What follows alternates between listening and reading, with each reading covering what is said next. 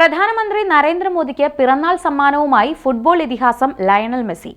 75ാം പിറന്നാൾ ആഘോഷിക്കുന്ന പ്രധാനമന്ത്രിക്ക് 2022 ഖത്തർ ലോകകപ്പിൽ ലയണൽ മെസ്സി ധരിച്ച അർജന്റീന ജേഴ്സിയാണ് തന്റെ ഒപ്പോടുകൂടി സമ്മാനമായി അയച്ചു നൽകിയത്.